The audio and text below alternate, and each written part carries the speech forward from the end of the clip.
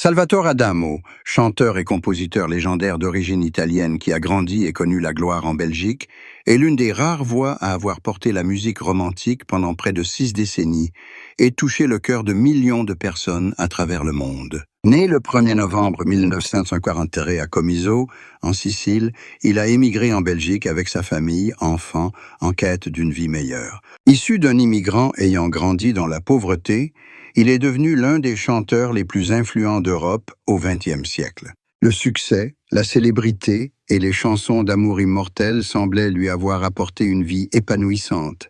Mais derrière toute cette gloire, Adamo nourrissait aussi une profonde tristesse qu'il partageait rarement. À 41 ans, il a finalement admis ce que beaucoup de fans soupçonnaient.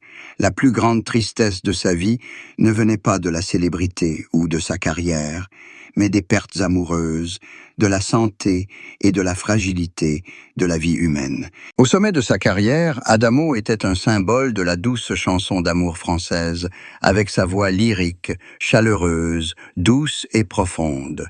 Des chansons comme « Tombe la neige »,« Vous permettez, monsieur » Inch'Allah, sont devenus immortels. On se souvient encore de l'image du jeune Adamo, doux d'apparence, au regard triste, debout sur scène avec une guitare et fredonnant des paroles pleines d'amour.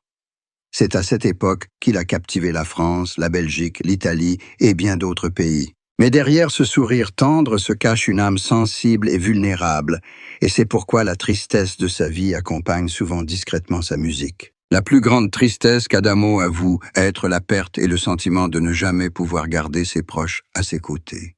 Enfant, il a vu sa famille lutter contre la pauvreté. Son père, mineur, a beaucoup sacrifié pour l'éducation de ses enfants. Cette enfance fragilisée a instillé en lui une tristesse secrète, la peur de perdre ceux qu'il aimait. Et cette peur, au fil des ans, s'est concrétisée lorsqu'il a assisté au décès de ses parents et de ses amis proches, et qu'il a lui-même été confronté à la mort à de nombreuses reprises à cause de la maladie. Il a souffert de graves maladies cardiaques, a dû subir des interventions chirurgicales et a arrêté de chanter pendant longtemps. Pour un artiste qui vit pour la scène et pour le public, ne pas être en assez bonne santé pour monter sur scène est une douleur immense, difficile à décrire. En amour et dans mariage, Adamo a connu des hauts et des bas. Il a épousé Nicole Adamo en 1969, un mariage qui a duré plus d'un demi-siècle.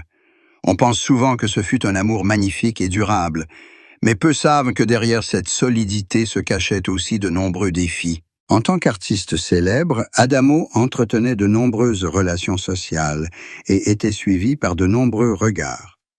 Nicole, en tant que partenaire de vie, a dû supporter une forte pression de l'opinion publique, de la distance due aux tournées incessantes de son mari et des difficultés à maintenir une famille unie.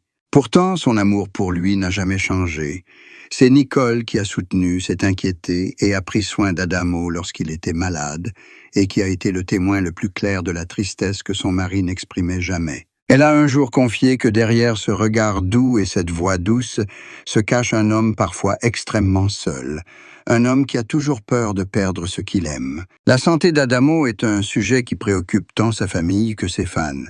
Ces dernières années, il a été hospitalisé à plusieurs reprises pour des problèmes cardiovasculaires et, par moments, il semblait incapable de remonter sur scène. À chaque fois, sa femme et ses enfants s'inquiétaient, se demandant s'il aurait les forces nécessaires pour poursuivre sa carrière, et lui-même se demandait souvent s'il pourrait continuer à chanter, à offrir de la musique au public, ou était-il temps d'abandonner? Lors d'une conversation privée, Adamo a admis que sa plus grande tristesse n'était pas l'interruption de sa carrière, mais l'obsession de la mort, l'impuissance de voir son corps s'affaiblir progressivement, incapable de suivre son cœur qui a toujours aspiré à chanter. Le succès et l'échec ont toujours été indissociables dans la carrière d'Adamo.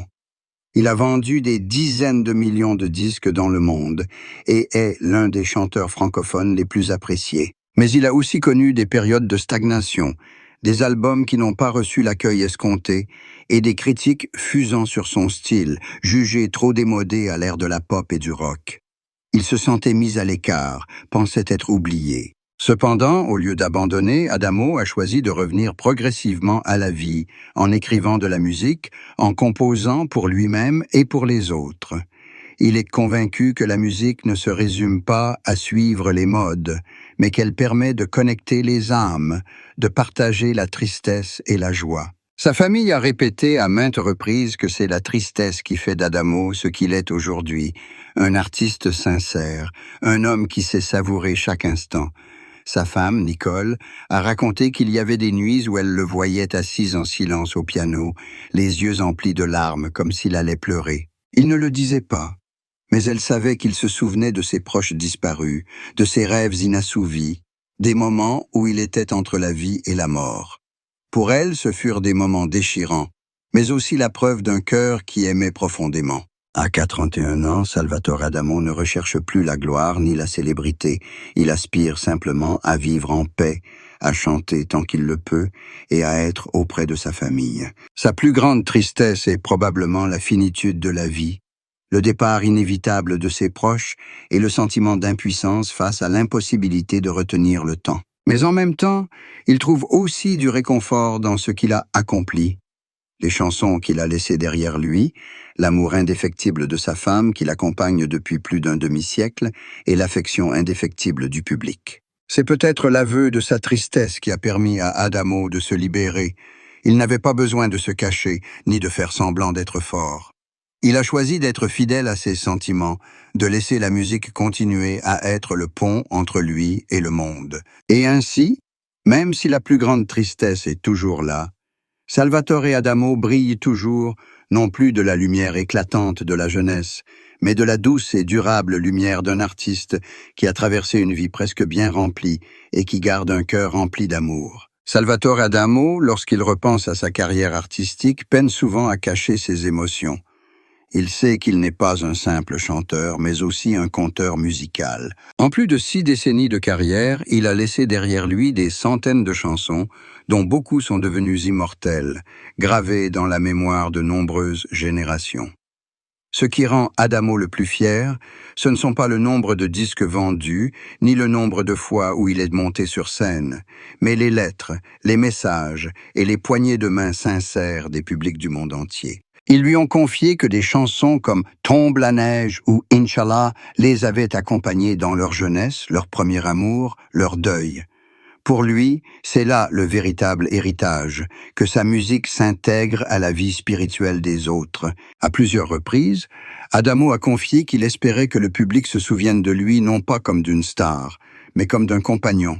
Il souhaitait que les gens ressentent une douce voix réconfortante lorsqu'ils écoutaient ses chansons, comme si quelqu'un comprenait leur tristesse et leur joie.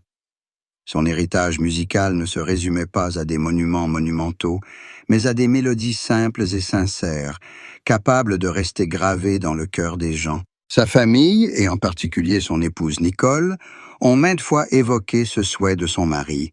Elle a raconté que, malgré sa santé de plus en plus fragile, Adamo s'efforçait toujours de composer, parfois simplement pour terminer une mélodie inachevée. Elle comprenait que ce n'était pas seulement un travail, mais une façon pour lui de laisser une part de son âme à la vie, de son âme